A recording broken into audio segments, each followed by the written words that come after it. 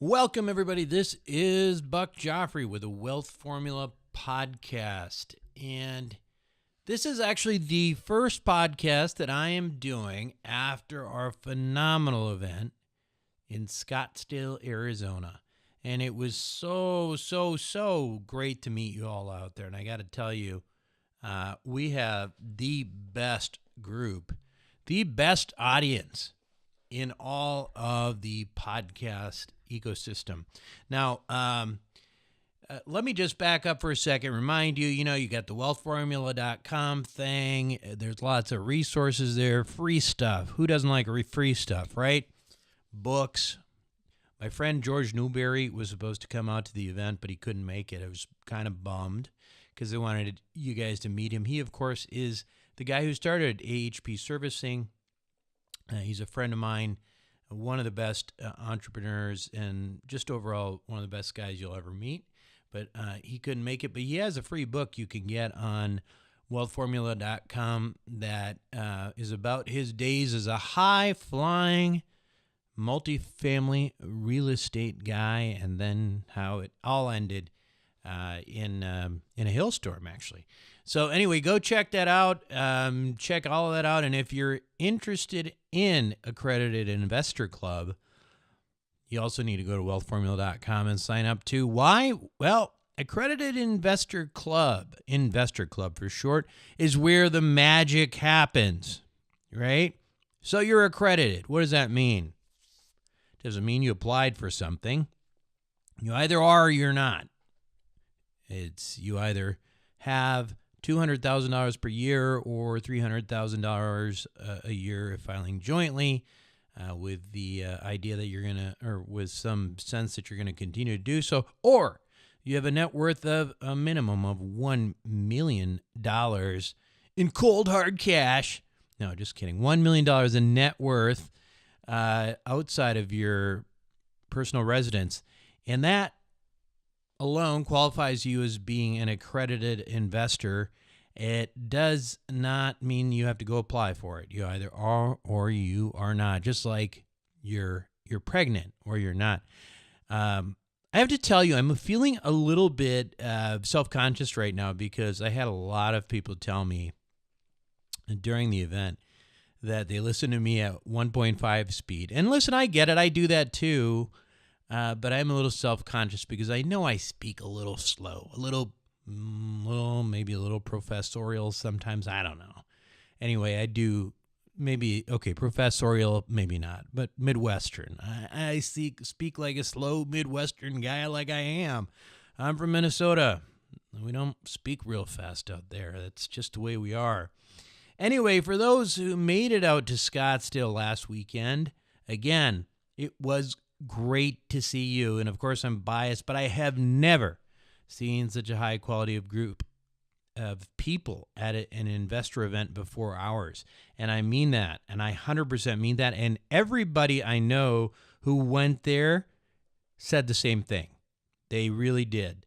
You guys are by far the most interesting podcast listeners in the entire podcast ecosystem, guaranteed. And of course, the speakers were fantastic as well. We had Ken McElroy there, and then we had Tom Wheelwright and Dave Steele. And those guys did, I think, a really great presentations. And on top of that, we had these, this panel that I thought was really interesting. And it was kind of funny because it was the titans of real estate, but really everybody seemed to be even more interested in Tom Wheelwright because of all of the tax benefits associated with it. And rightly so. I mean, that's a big reason for being part of real estate in general. And then there was David Steele, who, who's one of the founders of Western Wealth Capital, and Ken. They dazzled us with their knowledge of real estate and all of the rest. Now, and then Damion Lupo. Damion, what a great guy. He's the EQRP guy. You hear his commercial all the time on this show. And one thing that Damion managed to do was to sell a $1,300 gold ounce coin for $400 to Eric Shelley. The great Eric Shelley, one of our fantastic listeners on the show. who's a dentist extraordinaire and just a really great guy again. And of course, Christian and Rod reminded us how Wealth Formula Banking can enhance all of the profits that you could already be getting with this kind of stuff, with even more leverage. And all of those speakers taught us a ton when we got to walk the properties. We went on a bus tour, and the bus tour took us around the Phoenix Scottsdale area and included a property that the majority is owned by the Wealth Formula Investors Club. And you know what? It was way outperforming pro forma, so we were all happy. I'll tell you, I was happy. Love to see my own investments doing really well, but it's even better when I've got a lot of investors in there with me who walked the property and saw how it was kicking butt. So that was cool. And of course, that was a nice way to end the formal education. But beyond that, the best part of the whole event, by the way, the didactic part will be recorded, and we'll have it for, we'll have it out there available for people to probably buy for pretty cheap, because we have to make up some money because it was really expensive to put on this thing. But perhaps the best part of the whole event was really getting to know each other. And that's what everyone I talked to said. Everyone I talked to who attended the event, they agreed that while the event itself, in terms of the speakers, etc., was jam-packed with information. I mean, man, we didn't have pee breaks, right? This was surgical style stuff, right? We were like, no way, no pee breaks. No way, we're not breaking for lunch. We're going to eat lunch and learn at the same time, and then we're not going to waste any time. We're going to go straight to the bus, and then we're not going to wait any time, and we're going to go straight to the cocktail reception. That's the way it was. But the cool part about it was on the bus, at the event the night before, and at the cocktail reception, you guys got to know each other, and you loved it. And that's what every one of you who I talked to said, when are we going to do this again? And that really, really, honestly, it just really makes me happy that happened. And quite honestly, I can't believe we managed to do this in like 2 years, to cultivate this tribe, which is fantastic. Now, I will plug something right now. I don't always like to do this, but if you enjoyed part of being of that tribe in person, I got to take the opportunity to remind you that you don't have to wait for the next get-together to keep the party going, so to speak, because there is the Wealth Formula Network. Now, Wealth Formula Network is, it's tied up with this course that we did with Tom Wheelwright, Ken McElroy, Kevin Day, Dean Graziosi, real estate guys, Christian, those guys. But it's to build a foundation and ultimately to participate in this group called the Wealth Formula Network. The Wealth Formula Network is basically a mastermind of you guys, people who are really into this stuff, who want to, be part of a private Facebook group, also be on bi-weekly mastermind calls. We're actually doing one today where I'm going to share some kind of bad stuff that happened to me recently that I learned from.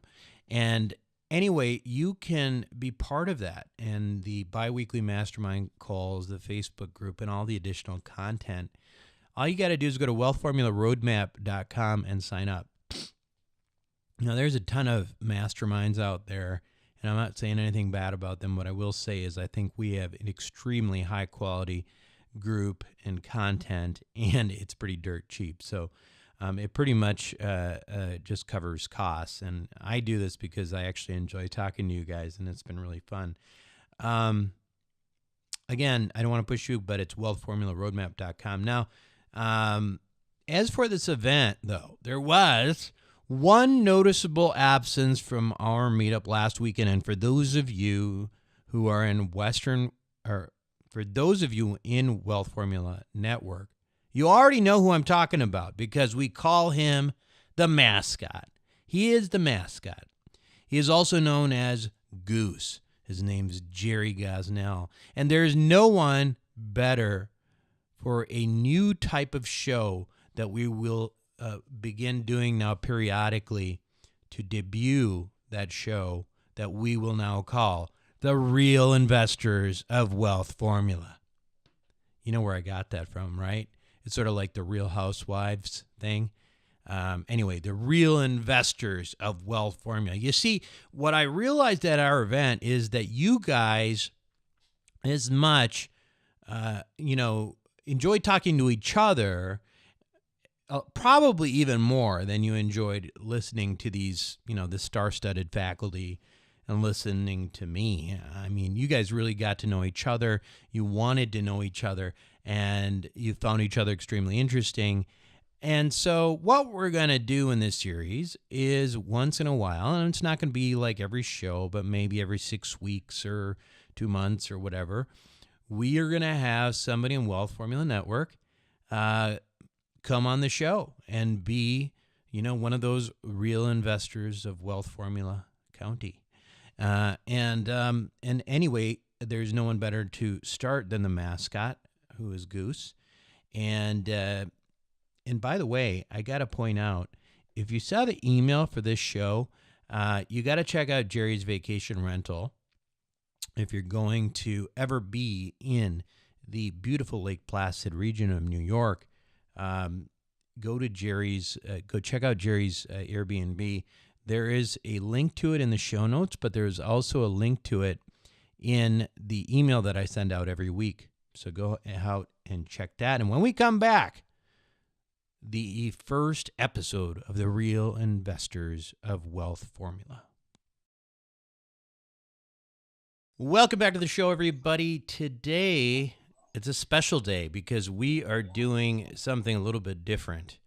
We are focusing not on the so-called experts. We're not focusing on New York Times bestsellers. We are focusing on a new series which we will have periodically called The Real Investors of Wealth Formula. And what I'm trying to sort of, if you haven't figured out, I'm trying to parody this idea of Real Housewives but anyway, The Real Investors of Wealth Formula. And so today, I'm going to kick it off with the Wealth Formula mascot himself. His name is Jerry Gosnell. And he's the Goose, right? He's the Goose. He is the mascot of Wealth Formula. And he has been, the only thing I don't like about Jerry is that he's from Philadelphia and he's an Eagles fan. But other than that, there's nothing not to like about this guy. He is in his 50s, and for the past 35 years, he followed that conventional wisdom that we talk about. Investing in stocks, bonds, mutual funds, 401ks, and 529s, you name it. And it wasn't until his late 40s, and he realized one day that a single stream of income and the ups and downs of Wall Street weren't in the best of his, weren't really in his best interest when it came to the idea of financial success or this thing we call retirement. And it was then he decided to do something about it and began to get financially educated. So now Jerry is 52, and each day he gets a little closer to financial independence. He also gets a little older every day, right, Jerry? And his ultimate goal is to leave a legacy of financial literacy, not only for himself, but his children, and create additional options of wealth generation for his family. Jerry, thanks for coming on, buddy. So, thank you. I got to say, I was the one thing I was really bummed about was that, so we had this event last week in Scottsdale. And, Jerry, of course, Jerry is hardcore on Wealth Formula Network, never misses a call. He's just, he does everything. He is hardcore about his personal finances and getting the most out of everything. But Jerry, you could not make the meeting, but it was for a good cause. What was going on, man? That's right, Buck. Nice to be talking with you today. So the good cause was my daughter is on the USA Development Luge team. So she was up in Lake Placid and she won a gold medal in the Empire State Games. So I couldn't miss that. It was either Wealth Formula or see my daughter luge. And I'm sorry, family takes first. Yeah, no, Precedence. 100% agreed with that. In fact, that's part of the wealth formula ethos. And, I'll tell you, so you inadvertently, or, maybe it wasn't inadvertent, but you followed the ethos. You did what was right. You stuck with your daughter. Tell me though, so is that like sort of like junior Olympics, like the next step to Olympics or something like that? How does that work? This is like the bottom level, if you will, right? Uh-huh. So she was scouted. She's 12 years old. She was scouted in a mountain in Pennsylvania here. She slid down there, and there was a bunch of Olympians there, and they said, looks like she has some skills. So they brought her up to Lake Placid, and so she's been training up there. The only issue I have with it, she goes to a private school, and I have to pull her out of school like 7 weeks throughout the school year. Oh, is that right? It was a great school that is very flexible, but yeah, I'm very proud of her. Very, Yeah, very so proud. so they like literally. I mean, was she luging down or was she just sledding when they saw her? I mean, what was she doing? They actually set up a luge track Ah, on the mountain, and they call it luge search or something like that. They're looking for people that are potentially lugers, and I think they came in third place out lugers. of I like that. 20 people ages 10 Yeah. to 20. And so my wife and I thought it was a joke, and then we had her tested up there, and they're like, yeah, she has some potential. So, will she advance? Who knows? But I always tell her name's Brianna. I said, Brianna, listen, for the rest of your life, you've done something that probably 99% of the population has not done. Oh, And that's slid down a luge track at 70 miles an hour, probably right? more than that. Oh my Yeah, gosh, I totally. think I would be like freaking out if one of my daughters was doing that. Yeah. But the one thing that we'll definitely do is, Jerry, if your daughter ends up at the Olympics, we will have a wealth formula event at the Winter Olympics of what it would probably be about 4 years from now. I'm guessing, right? Yes. Yeah. Easily 4, maybe a little bit longer, but yeah, that'd be a great place. I'd love to. So let's talk a little bit about wealth formula, because I think the whole idea on this is that one thing that I discovered at this meetup, and one of the reasons that this is, I think, a very useful type of segment, Jerry, is that there was some really, really good speakers there, right? And we had Ken McElroy, we had Dave Steele and Tom Wheelwright, Damion Lupo, blew people away, Christian Allen, the usual guys, and they were all just awesome. And then we had this super cool bus tour. We saw property that, a lot of us, probably including you, own a chunk of, which is like killing its pro forma right now. And it was all great, but I think what people really loved was meeting each other and hearing each other's story. So that's one of the reasons we're going to start doing this. So tell me, Jerry, let's just start out. Where and why did you discover wealth formula?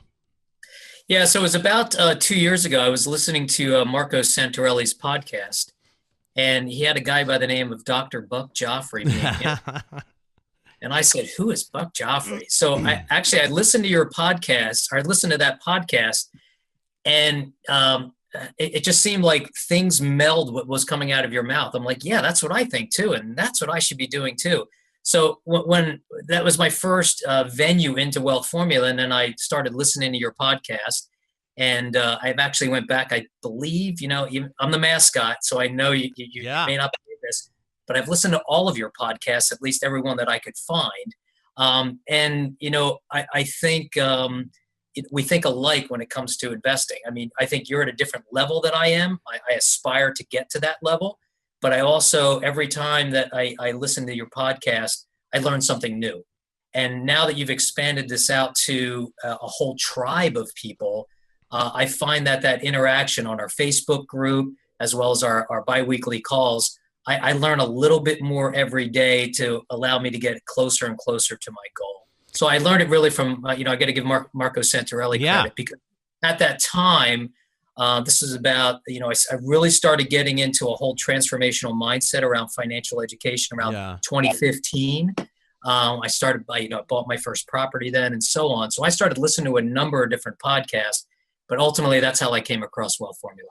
So, and that's it. It's an interesting thing that you bring up, because even if you go back and you listen to me early on, the things I say back then, you can see my own evolution, right? I mean, I say things that are probably directly contradicting what I used to say, because I've changed my mind, because that's what normal human beings do. And they, if you're a student, you're constantly trying to learn new things and challenging paradigms. So listen, so when you were listening to Marco, obviously you'd hit this sort of point where you were already shifting into, what the dark side calls, alternative assets, right? But what tell me how things have evolved since then in terms of your thinking. I'm curious, like in terms of your own thought process, how things have changed, and not necessarily just because of me, but we all start sort of at a similar spot. A lot of us,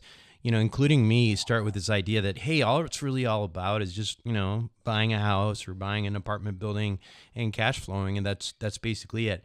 Give me some ideas on the next levels of sophistication that you feel like you've gotten and what you can share with others.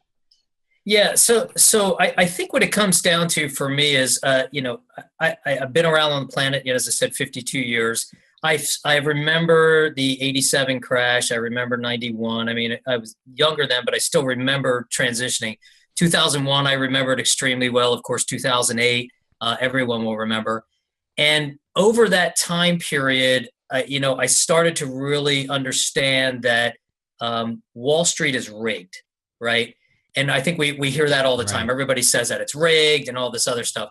But you really don't start seeing that until, one, you're a W-2 employee like I am, and I still am. I love my job, and I would love to stay there, as long as I possibly can. But when you turn your money over to somebody and have them manage that for you without an understanding of what's happening behind the scenes, you basically lose control.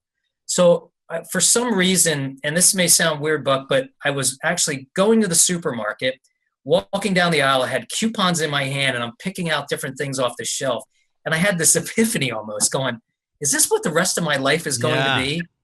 And I was like, there has to be a change. So I've always managed my finances pretty well.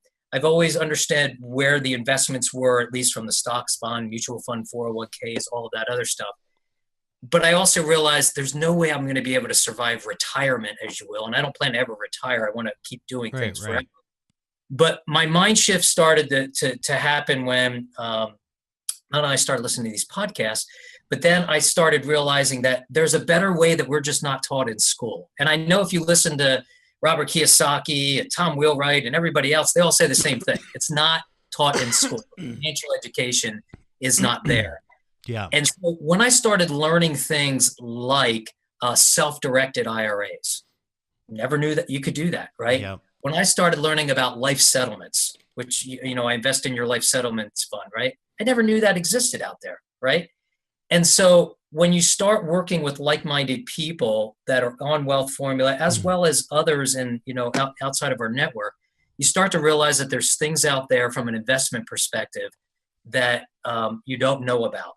And so what I started really focusing on is, how can I build wealth to give my family and I options?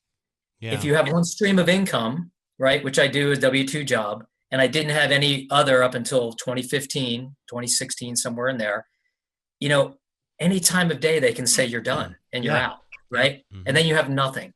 So what I've been trying to do is build up these streams of income, couple that, I just mentioned there, that I think are the key to survival. One thing I think my generation, and I'm a Gen Xer, may not realize is that if you invest all your money in 401ks, if you're a W-2 employee, right, the one thing we forget about is healthcare. Healthcare is probably going to be our biggest expense that we have out there. Yeah. And I don't think we take into account that a 401k can build, and then we're going to have to draw and pay taxes on it, which will probably be pretty high at that time when we retire. Then we have to have a lot of it chunked out for our retirement for healthcare. And so when I started looking at all those avenues, I said, listen, I need to create different streams of income besides my W-2 job. I need to invest wisely. Real estate is a big, part of my portfolio that I go in, but I've also taken into account Wealth Formula banking. As I said, some of these other areas that we're going in, the Western Wealth Capital opportunities. I'm starting to see those returns as streams that are coming in, that it's going to allow me to retire someday if I want, but also it gives me the opportunity to teach my kids. Right. There's a better way. You want to go to college, great. If you want to, my daughter wants to be a professional jockey. That's great. But I want to show her that there's another way, that you don't have to work for somebody to do that. You can do this yourself, Yeah. right? You can manage your own assets. So when you started doing that, Jerry, when you made that shift, Mhm. was it couldn't have been easy, right? I mean, at first, were you kind of doubting yourself, wondering if you were doing something wrong, sort of, doing something irresponsibly, doing things that were outside of the norm? Did you have those kind of sensations, or were you pretty confident about your shift? Yeah. So when you had to write that first check for the first property that you purchased, right? That single family home, but still it's a big chunk you're taking out of your savings. Right. And okay, when are you going to see the return on that? Um, that was a kind of a shock, but I got over it, right? I think the hardest thing for me, there was really two things. One, my insurance agent, my life insurance agent, and you and I think, had the same insurance provider for a while. Well, I'll tell you what, he gave me a wrath on the phone. You want to do what? You want to pull your money out to go buy real estate? You want to do this? You got to leave it with me so I can manage it for you. I'm only charging you 2% a year and blah, blah, blah, that type stuff. So that was one shock. Yeah. And then I guess the other shock is you don't realize it until you start writing these checks and getting some of the income coming in and the tax benefits that go along with it. You never realize that as a W-2 employee, right? Yeah. Because your taxes are taken out for you. Right. So it becomes a mind shift. What also becomes a mind shift and scary is debt. Right. I leverage myself like crazy now, but at first that was taboo, right? Right. Oh my gosh, you're carrying this much debt. But then when you say, well, I have a tenant paying for this, right? The tax and all the advantages you get out of real estate, as an example, right? Then you start, realizing it's okay. You can do this as long as you're investing wisely from a debt perspective. Yeah, and there's ways actually even to participate in debt without necessarily even being on the on the hook. Exactly. For example, we talk about these syndications that I know you've participated in a number of them. We're talking about 70% loan to value, et cetera, but you're on the limited partner side. So, I mean, you've got all the debt, but you have no risk. Exactly. You're on the LP side.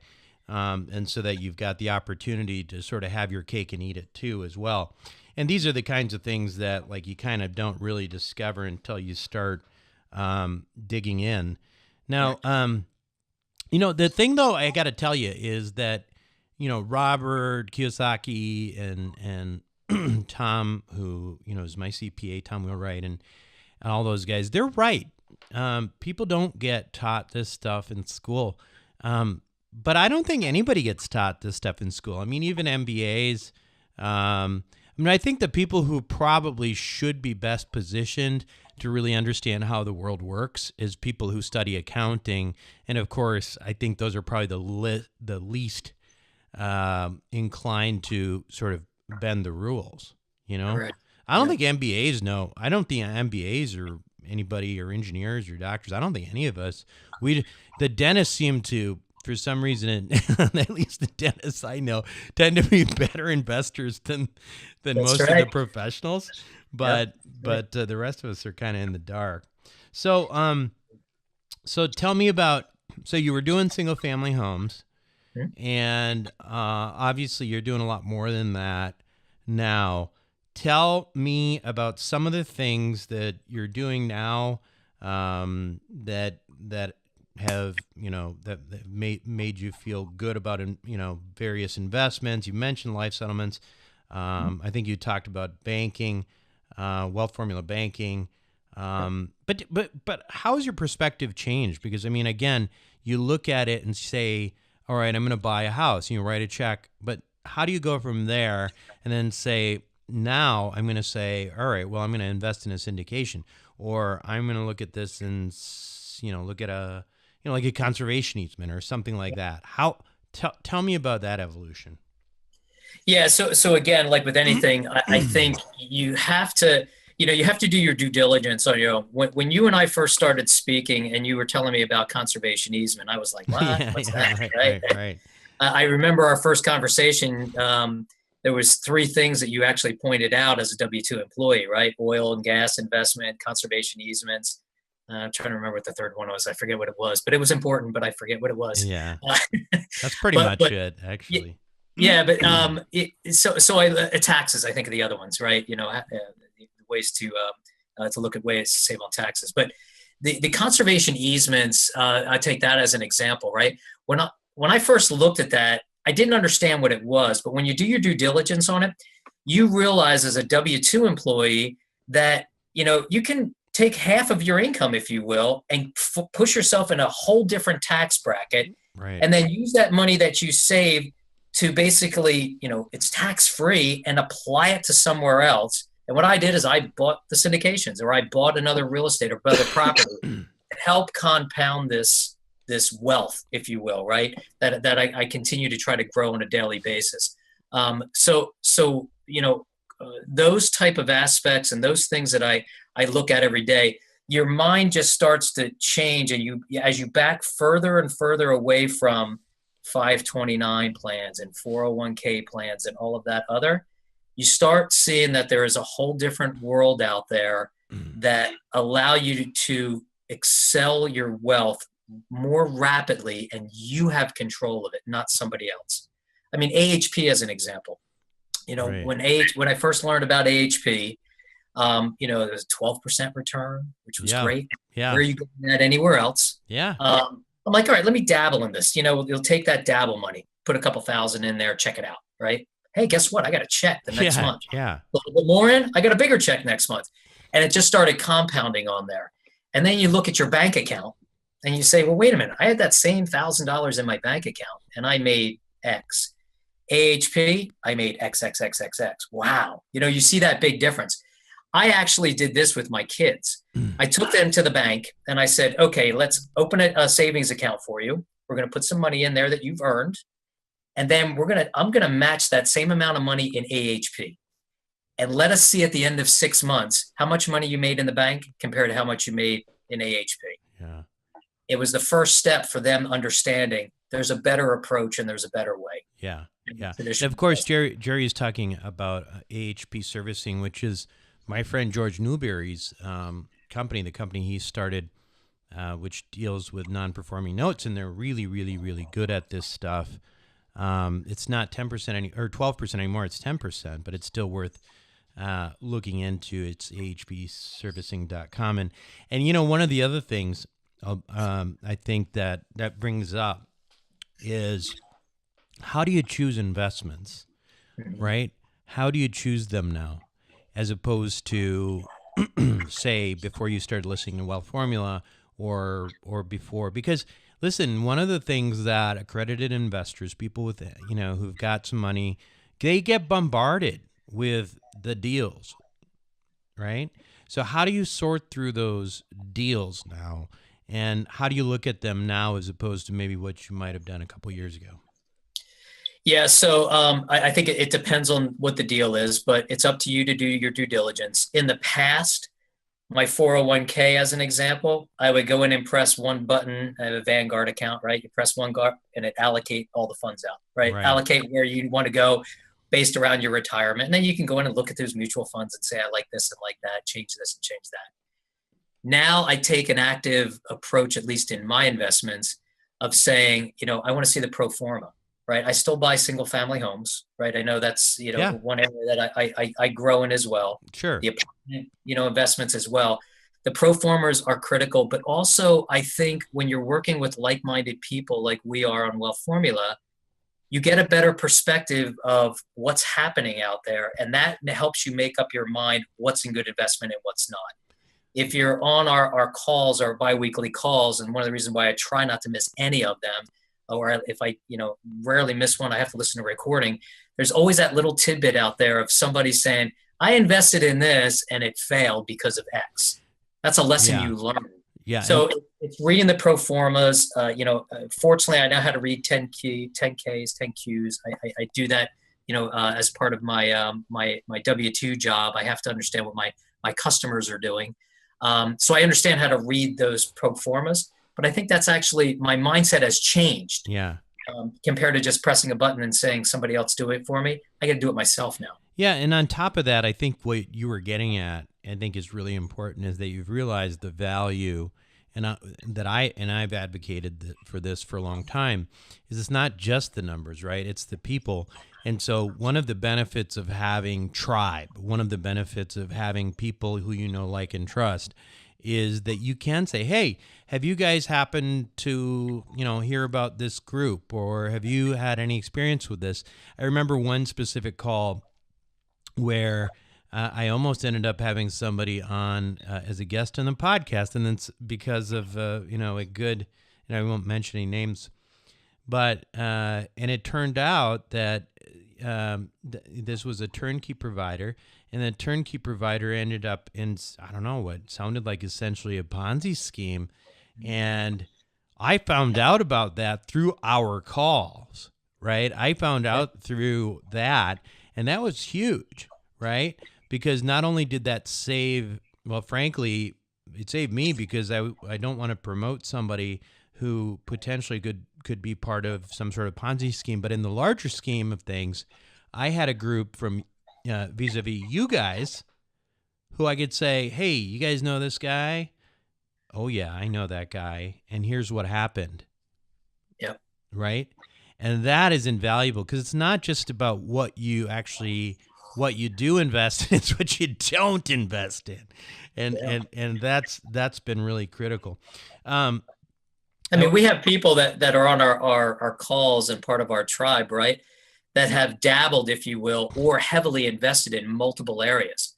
We have folks at oil and gas, right, all the way to life settlements, all the way down the line there. And you learn after a while, I think in the world of finance, everyone's always skeptical, right? Is somebody trying to throw me something that's, going to steal my money? But what I found with, our group is that, we share a lot of information, and it's up to us to do our own due diligence, of course, right? But it's also, when you're working with people that you always say this, know, like, and trust, you start saying, okay, well, that's something I need to consider. It's kind of that Amazon, if you will, rating, right? Yeah. Hey, Buck, what do you think of this? I'm going to do this, 1 through 5. Buck says a 5. Somebody else says a 3. Somebody else says a 4. Then you can help to make your mind up. And then it just doesn't become about the numbers. It comes out what's best for you, what's best for your family, and what's best really for the tribe that we're working together on. Well, the other thing that was interesting is, like, for example, and again, I don't want to name specific companies just because, good or bad. It's I agree. I mean, we do that on the calls, but not here. But a number of people were interested in oil and gas, and Tom Wheelwright talks about how oil and gas is all, is incredibly valuable potentially for W-2 employees because you can write off your income against it. But he'll also tell you that it's an area that's fraught with crooks, right? Fraught with people who are basically just taking your money, and in some cases they're not crooks, but they're taking all your money, but they're not putting anything in. And if they strike gold, or if they strike gold, black gold, then they win. If they don't, you lose. And so it's a tricky space to be in. So what I was able to do is, and I'm not a big oil and gas guy, but what I was able to do is to take all of what you guys talked about, right, all the companies you mentioned, and to individually do my own personal due diligence on it.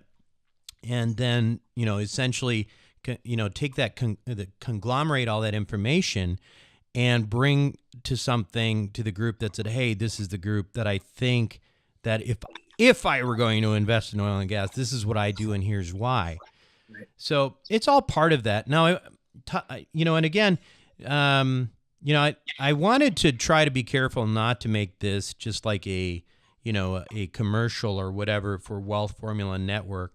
And basically what Wealth Formula Network, what Jerry keeps talking about is, this is with the course. If you go to, Wealth Formula roadmap.com, you'll see there's a course, and the course is really, foundational, right? You've got Tom Wheelwright and Ken McElroy and Real Estate Guys and Dean Graziosi and all those guys on there. But I think the real value that everybody seems to be getting beyond that is the fact that we have this Facebook group, that we have these bi-weekly mastermind calls. Jerry, talk about, if you would, how would you describe those calls? And, Yeah. tell me how because I know you wanted to talk about this a little bit.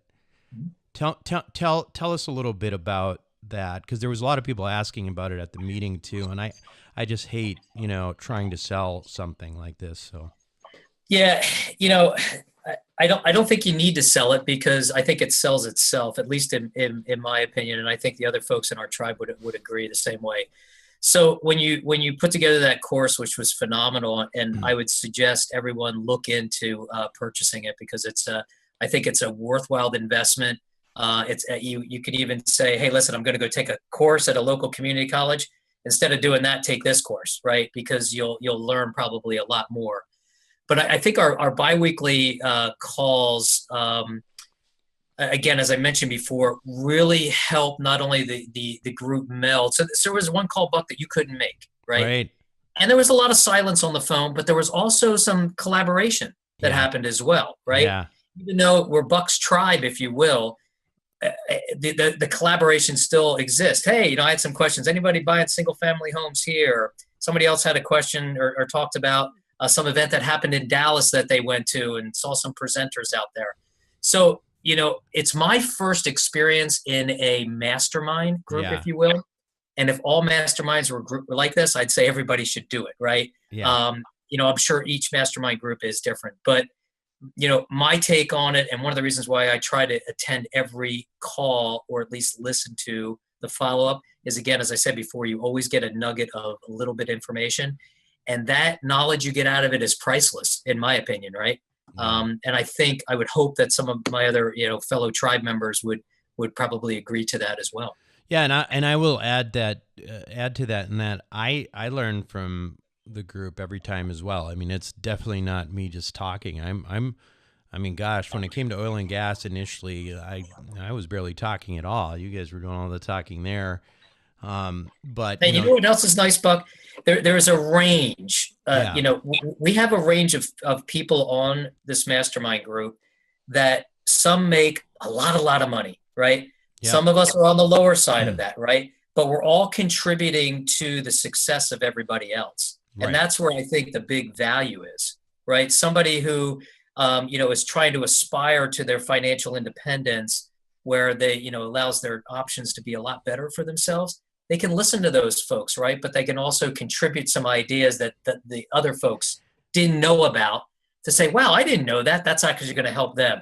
So it becomes a great collaborations and a quid pro quo amongst all of us. And the experiences that people have inherently are different, and it's helpful to know. I mean, for example, I remember, you were talking about one time how you bought a whole life policy some time ago. Overall, it was something that you're still happy that you did.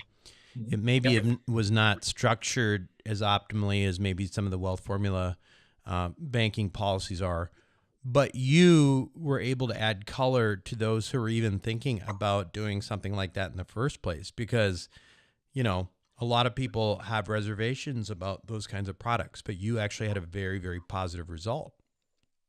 Yeah, and that positive result was really, when it comes down to it, it's very much like the wealth formula banking is you're able to put money aside and be able to use that and double dip, as you always talk about, right?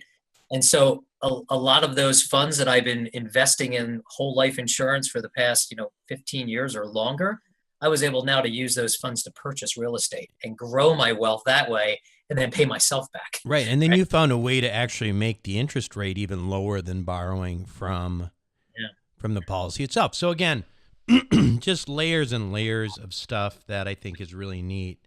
But anyway, I just, I don't want to keep you too long, Jerry, but I think it's really great having you as part of Wealth Formula Network. And tell us, any parting words or thoughts or anything you got to plug. I really have nothing to plug per se, except everything that I talked about. I would encourage anybody listening to this podcast to take a look at what the content that you put together and what your team has put together and our tribe is actually working on. I will say that I'm now that you talked about in more detail how the event went and the drinks you guys had and the collaboration meeting all those people, it makes me even feel feel worse. But I keep reminding of why I couldn't attend, but I'll look forward to the next one. Well, I meant plugging for yourself, but thank you for plugging me anyway. But yes, we will have another event. Jerry, as you know, and I've said this in our group, our mastermind, is one of the reasons why we capped it at 100 and stuff, is to make it more intimate. But it was also, I was terrified. I just didn't know if people would show up. And the next thing you know, there was this group of 100 plus individuals that are just extraordinary in the audience, and it was the best event I'd ever been to from a crowd standpoint. It was really terrific, and so we'll do that again. Hopefully, we'll do it somewhere. We may do it somewhere that's maybe a little bit more central. We were talking about maybe doing Belize or something like that, but that's not real central. Maybe we'll do something like Dallas because we own some property there too. So, yeah. But anyway, I'm gonna let you get back to your family. Jerry, thanks so much for being on the show. Thanks, Buck. I enjoyed it. Appreciate your time. We'll be right back. Welcome back to the show, everyone. Okay, so be honest. Let me know what you think of this format. Okay, this is our first go, and I thought Jerry was great. And I think, different types of people are going to resonate. Your situation will be different. We'll have some people who might have different experiences, different starting points. We'll have, maybe we'll have some doctors on there, some dentists, stuff like that, and talk about their situations and what their struggles and what they've found to be useful are. But make sure you just, send me some feedback, buck@wealthformula.com. Let me know what you think of the new format and if you like it. And also, remember that we're going to have an Ask Buck show coming up pretty soon. So go to wealthformula.com, record your questions there. And also, if you are shy and you don't want to record questions, send me some emails go to wealthformula.com, and I think there's a place where you can put the emails, but there's also, you can just shoot me an email, buck@wealthformula.com, and have that for the next Ask Buck show. The cool thing about having the recorded version is I can play it, right? And it's kind of cool. It's kind of like talk radio. Anyway, one more thing, just one final plug here for Jerry the Goose. He's got this awesome vacation rental in Lake Placid, New York. As you may recall, Lake Placid, New York is the site of the Miracle on Ice of 1980. It was when the U.S. beat the Soviet Union, the Russian Red Army team, and it was a big deal. Since then, of course, for some reason, we are now in cahoots with the Russians. But back then, it was like, evil versus good. It was amazing. By the way, there is this documentary that you guys got to watch. Okay, if you like, my wife loved this. Okay, she doesn't even like hockey. But there is a documentary on the Russian Red Army hockey team. And it's just called Red Army. And it's about Vyacheslav Fetisov and those guys and what was going on behind those, those guys look like robots, right? But they were real people. And the crazy workouts they were doing, all the politics that were going on behind the scenes, it was awesome. And like I said, my wife could care less about sports. She was absolutely enthralled by this documentary. And then, so what I would recommend is you rent out Jerry's place in Lake Placid, snuggle up with your loved one and watch Red Army and relive the glory days. Anyway, that's it for me this week on Wealth Formula Podcast. For those of you listening on 1.5X, I'm hopefully I sped it up a little bit, but I don't think I did. All right. That's it for me, and I will see you next week.